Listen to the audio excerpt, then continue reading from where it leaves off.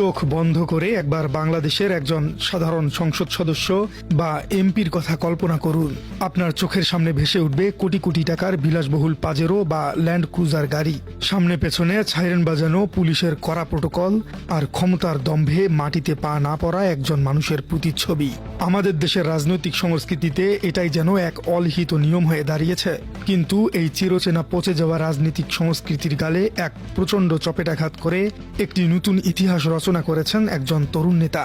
তিনি যখন সংসদে যান তখন তার জন্য কোনো রাস্তা ফাঁকা করা হয় না। তিনি যানজট এড়াতে সাধারণ মানুষের সাথে লাইনে দাঁড়িয়ে মেট্রো রেলের টিকিট কাটেন। কখনো বা তাকে দেখা যায় ধুলোমাখা রাস্তায় সাধারণ সিএনজি বা অটোরিকশায় চড়ে জাতীয় সংসদ ভবনের দিকে এগিয়ে যেতে।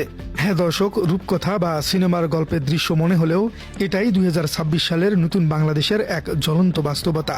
ক্ষমতার মোহে যখন সবাই অন্ধ, তখন তিনি বেছে নিয়েছেন সাদামাটা মাটির কাছাকাছির এক জীবন। তিনি আর কেউ নন, জাতীয় নাগরিক পার্টি বা এনসিপির সম্মানিত সদস্য সচিব এবং রংপুর 4 আসন থেকে সদ্য নির্বাচিত সংসদ সদস্য আক্তার হোসেন।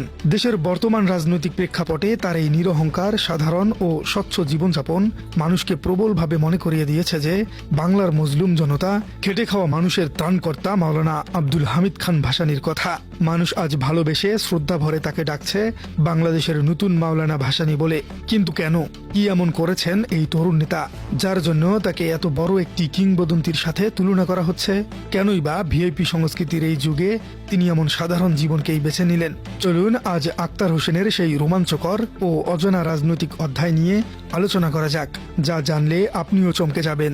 ইতিহাসের পাতা উল্টালে আমরা দেখতে পাই মাওলানা ভাসানী ছিলেন এমন একজন নেতা যিনি ক্ষমতার একেবারে কেন্দ্রবিন্দুতে থেকেও ক্ষমতাকে চিরকাল তুচ্ছ জ্ঞান করেছেন।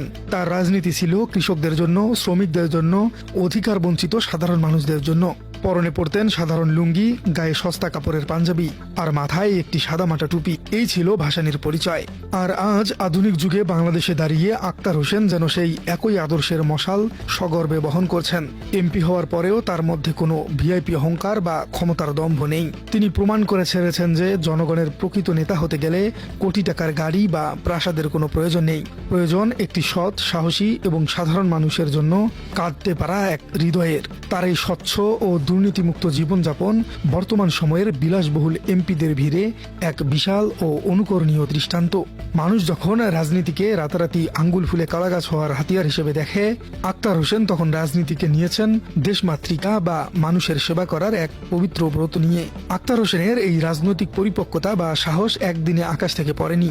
এর শেকড় অনেক গভীরে প্রেথিত রয়েছে। ঢাকা বিশ্ববিদ্যালয়ের সেই উত্তাল দিনগুলোতে আক্তার হোসেন ছিলেন জ্বলন্ত প্রতীক। তিনি হঠাৎ করে উড়ে এসে জুড়ে বসা কোনো সুবিধাবাদী নেতা নন, বরং রাজপথের ঘাম, কান্না আর অবিরাম সংগ্রামে তৈরি হওয়া এক লড়াকু সৈনিক। 2018 সালের সেই উত্তাল দিনগুলোর কথা আপনাদের নিশ্চয়ই মনে আছে।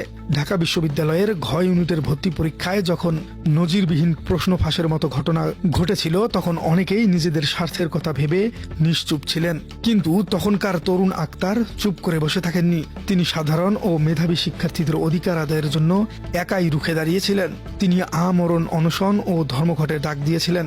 দিনের পর দিন না খেয়ে, রোদে পুড়ে, বৃষ্টিতে ভিজে তিনি যে তীব্র প্রতিবাদ গড়ে চলেছিলেন, তার ফলাফল স্বরূপ বিশ্ববিদ্যালয় কর্তৃপক্ষ শেষ পর্যন্ত সেই কলঙ্কিত পরীক্ষা বাতিল করতে বাধ্য হয়। ছাত্র জীবন থেকেই অন্যায়ের বিরুদ্ধে তার এই আপোষহীন ও জেদি মনোভাব প্রমাণ করেছিল যে তিনি সাধারণ কোনো ছাত্র নেতা নন, তিনি আগামী দিনের কাণ্ডারি। এরপর ঐতিহাসিক জুলাই অভ্যুত্থানেও তার ভূমিকা ছিল একেবারে সামনের সারিতেই। বুলেটের ভয়, টিয়ারশেলের ভয় আর পুলিশের লাঠিচার্জ উপেক্ষা করে তিনি রাজপথে বুক চেতিয়ে দাঁড়িয়েছিলেন নতুন এক বাংলাদেশ গড়ার প্রত্যয়ে। জুলাই অভ্যুত্থানের পর দেশের রাজনৈতিক প্রেক্ষাপট যখন এক যুগান্তকারী মোড় নেয়, তখন নাহিদ ইসলাম সহ অন্যান্য প্রতিবাদী তরুণ নেতাদের সাথে কাঁধে কাঁধ মিলিয়ে তিনি গঠন করলেন জাতীয় নাগরিক পার্টি বা এনসিপি। তাদের উদ্দেশ্য ছিল অত্যন্ত পরিষ্কার: প্রচলিত দুর্নীতিগ্রস্ত ও পচাগলা রাজনীতির বাইরে এসে একটি নতুন, পরিচ্ছন্ন ও অস্তিত্ববাদী রাজনীতি সূচনা করা। 2026 সালের জাতীয় নির্বাচনে তিনি জোটের হেভিওয়েট প্রার্থী হিসেবে রংপুর 4 আসন থেকে প্রতিদ্বন্দ্বিতা করার সিদ্ধান্ত নেন।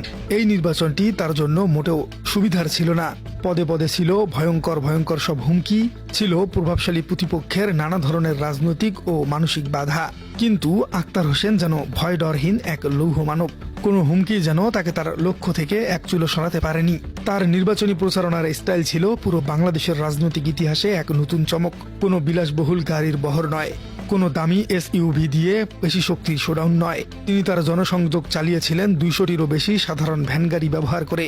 রংপুরের পথে প্রান্তরে ধুলোমাখা রাস্তায় এই ভ্যান গাড়ির বিশাল বহর যেন প্রতীকী অর্থেই প্রমাণ করে দিয়েছিল যে তিনি রুট লেভেলের মানুষের নেতা।